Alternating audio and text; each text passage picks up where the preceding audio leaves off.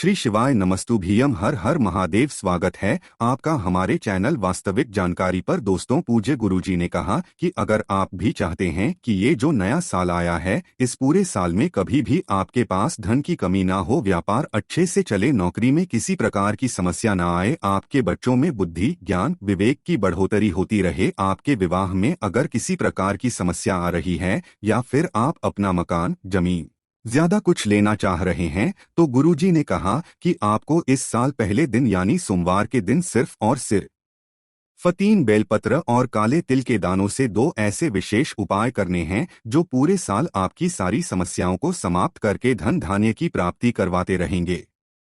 तो चलिए जानते हैं इन विशेष उपायों के बारे में, लेकिन उससे पहले एक प्रार्थना। अगर आप चैनल पर नए हैं तो कृपया चैनल को सब्सक्राइब अवश्य कर लें।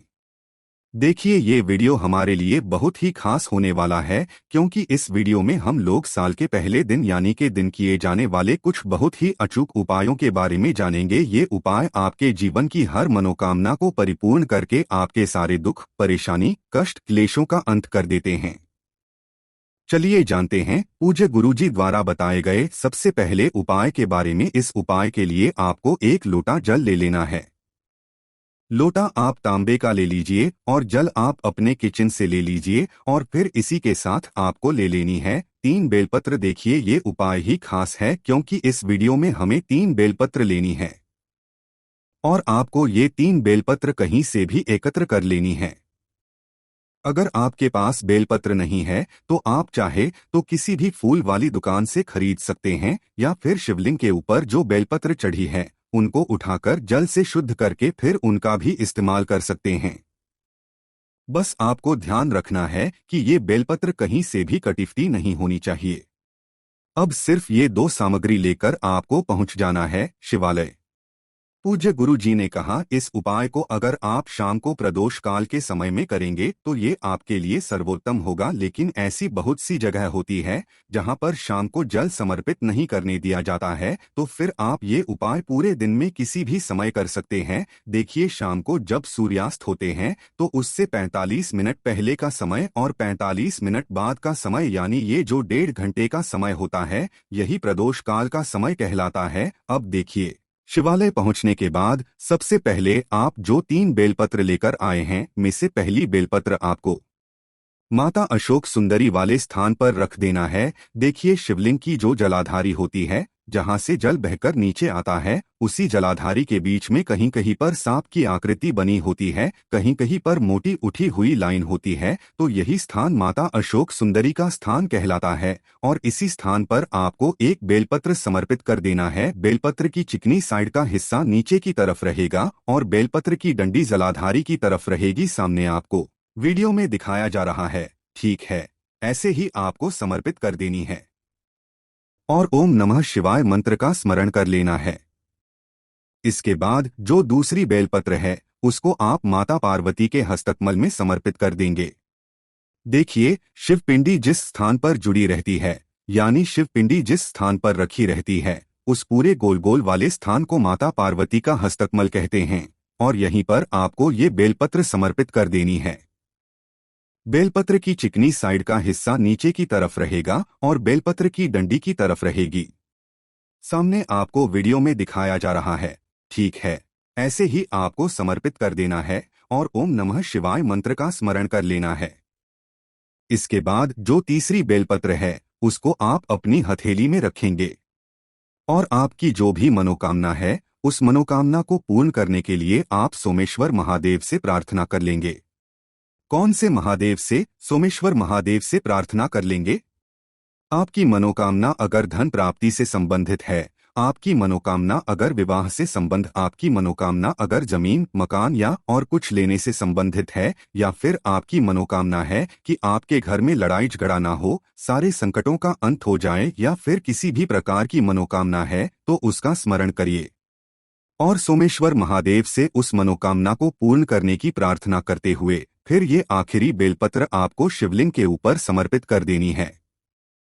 बेलपत्र की चिकनी साइड का हिस्सा शिवलिंग में टच करेगा और बेलपत्र की डंडी जलाधारी की तरफ रहेगी। फिर आखिर में जो एक लोटा जल आप लेकर आए हैं वो शिवलिंग के ऊपर धीरे धीरे समर्पित करते जाइए और लगातार ओम नमः शिवाय या फिर श्री शिवाय नमस्तुदम इन दोनों में से किसी भी एक मंत्र का स्मरण कर लीजिए। पूज्य गुरु जी कहते हैं कि इसके बाद जो जलाधारी से जल नीचे गिर रहा है उसको थोड़ा सा आप अपने हाथ में लेकर अपनी दोनों आंखों के ऊपर लगा लीजिए और फिर वापस अपने घर आ जाइए। गुरुजी ने कहा कि जो भी व्यक्ति इस उपाय को 3 सोमवार लगातार लेता है या फिर 5 सोमवार लगातार कर लेता है तो ये निश्चित है कि महादेव उसकी मनोकामना बहुत जल्द परिपूर्ण कर देते हैं। अब जानते हैं गुरुजी द्वारा बताए गए दूसरे उपाय के बारे में जो आपके जीवन में चल रहे संकटों को दूर करने के लिए है, कर्ज की समस्या को समाप्त करने के लिए है, व्यापार को अच्छे से चलाने के लिए है, धन के आगमन के लिए है।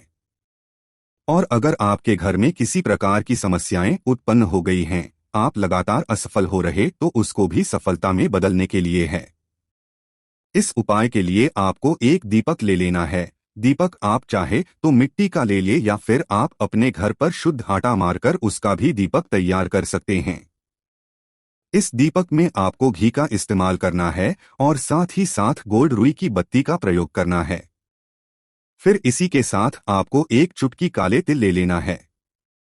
आप चाहे तो एक चुटकी काले तिल ले ले या फिर 11 काले तिल ले ले या फिर 21 काले तिल ले ले, जितने भी आप ले सकते हो उतने ले ले। ये सारी सामग्री लेकर आपको शिवालय पहुंच जाना है। देखिए, शिवालय पहुंचने के बाद इस दीपक को आप 2 जगह समर्पित कर सकते हैं। इस दीपक को या तो आप शिवालय की चौखट में समर्पित कर दें। शिवालय में जब हम लोग अंदर प्रवेश करते हैं तो उसकी एक चौखट होती है, तो चौखट में चाहे तो सीधे हाथ में इसको समर्पित कर दें यानी प्रज्वलित कर दें, या फिर उल्टे हाथ की साइड में यानी लेफ्ट हैंड की साइड में इसे समर्पित कर दें। चौखट में अगल बगल किसी भी तरफ आप इस दीपक को समर्पित कर सकते और या फिर इसे आप शिवलिंग के सामने प्रज्वलित कर सकते हैं।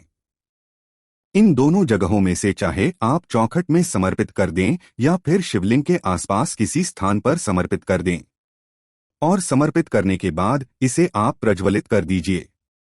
और फिर वहीं बैठे बैठे ओम नमः शिवाय मंत्र का स्मरण करते हुए ये जितने भी आप काले तिल के दाने लेकर आए हैं इन्हें इसी दीपक में डाल दीजिए। देखिए, दीपक आपने प्रज्वलित कर दिया, नमः शिवाय मंत्र का स्मरण कर लिया, फिर उसके बाद ये काले तिल के दाने डाल दिया और फिर शिवलिंग के सामने बैठकर कम से कम 21 बार या 51 बार या 108 बार ओम नमः शिवाय या फिर श्री शिवाय नमस्तुधन इनमें से किसी भी एक मंत्र का स्मरण कर लिया और अपनी समस्या महादेव के सामने बोलकर फिर वापस अपने घर आ गए। गुरुजी ने कहा कि जो भी व्यक्ति इस उपाय को 3 सोमवार या 5 सोमवार लगातार कर लेता है तो उसके जीवन के सारे संकट समाप्त हो जाते हैं। कर्ज की समस्या जो कई सालों से या कई महीनों से कर्ज की बनी हुई है वो भी बहुत ही जल्दी समाप्त हो जाती है। अब जानते हैं गुरुजी द्वारा बताए गए तीसरे खास उपाय के बारे में। ये उपाय उन लोगों को करना है जिनके जीवन में धन की प्राप्ति नहीं हो पा रही है, धन की बहुत ज्यादा कमी चल रही है, माता लक्ष्मी का प्रवेश आपके घर में नहीं हो पा रहा है, धन कमाते भी हैं तो वो किसी न किसी काम में खर्च हो जाता है, माता लक्ष्मी आपके घर में स्थायी रूप से टिक नहीं पा रही हैं, तो आपको ये विशेष उपाय इस नए साल की शुरुआत में जरूर चाहिए। इस उपाय के लिए भी आपको एक दीपक ले लेना है। दीपक आप चाहें तो मिट्टी का ले लें या फिर अपने घर पर शुद्ध आटा मारकर उसका भी दीपक तैयार कर सकते हैं। इस दीपक में शुद्ध देसी घी का इस्तेमाल करना है और साथ ही साथ आपको लंबी रुई की बाती का प्रयोग करना है। फिर इसी के साथ सबसे आखिर में आपको ले लेना है एक चावल का दाना। अब ये सारी सामग्री लेकर आपको पहुंच जाना है किसी भी बेलपत्र के वृक्ष के नीचे। ये उपाय आपको सिर्फ शाम के समय में करना है। शाम को जब हो जाए तो उसके बाद ही आपको ये उपाय करना है। बेलपत्र के वृक्ष के नीचे पहुंचकर सबसे पहले आप जो एक चावल का दाना लेकर आए हैं उसको बेलपत्र के वृक्ष की जड़ में समर्पित कर दीजिए और 11 बार या 21 बार ओम नमः शिवाय या फिर इनमें से किसी भी एक मंत्र का स्मरण कर लीजिए। फिर आप ये जो दीपक लेकर आएं इसको भी वहीं जड़ के आसपास कहीं पर समर्पित कर दीजिए और बैठे बैठे वहीं पर आपको कम से कम 108 बार ओम नमः शिवाय या फिर श्री इन दोनों में से किसी भी एक मंत्र का स्मरण कर लेना है। देखिए, आप ध्यान रखिएगा कि जब भी आप बेलपत्र के वृक्ष के नीचे बैठकर इस दीपक को प्रज्वलित करेंगे तो आपका मुख भी उत्तर दिशा की तरफ होना चाहिए और इस दीपक की बत्ती का मुख भी उत्तर दिशा की तरफ होना चाहिए। गुरुजी ने कहा कि इस विशेष बात का आप लोग जरूर ध्यान रखिएगा कि आपका फेस और इस बत्ती का फेस उत्तर दिशा की तरफ रहेगा और आप ऐसे ही बैठे बैठे 108 बार इन दोनों में से भी एक मंत्र का स्मरण कर लीजिएगा और माता रानी से प्रार्थना कर लीजिएगा कि आपके जीवन में जो धन की समस्या चल रही है, माता रानी जो आपसे रुष्ट चल रही है, आपके जीवन में जो आर्थिक समस्याएं चल रही है उनको दूर करके धनधान्य की प्राप्ति हो, ऐसी प्रार्थना कर लीजिएगा और उसके बाद वापस अपने घर आ जाइएगा। पूज्य गुरु जी ने कहा कि इस उपाय को भी आप कम से कम 5 सोमवार लगातार कर लीजिएगा और हम यकीन दिलाते हैं कि इन 5 सोमवार के अंदर ही आपके जीवन धन प्राप्ति के नए नए मार्ग बनने लगेंगे, दुर्भाग्य का अंत होने लगेगा, माता लक्ष्मी की कृपा प्राप्त होने लगेगी और आपके धन के भंडार भी कभी खाली नहीं होंगे। तो दोस्तों, ये थे पूज्य गुरु जी द्वारा बताए गए कुछ बहुत ही खास उपाय। अगर आपको जानकारी अच्छी लगी हो तो वीडियो लाइक करिएगा। श्री शिवाय नमस्तु भीयम। हर हर महादेव।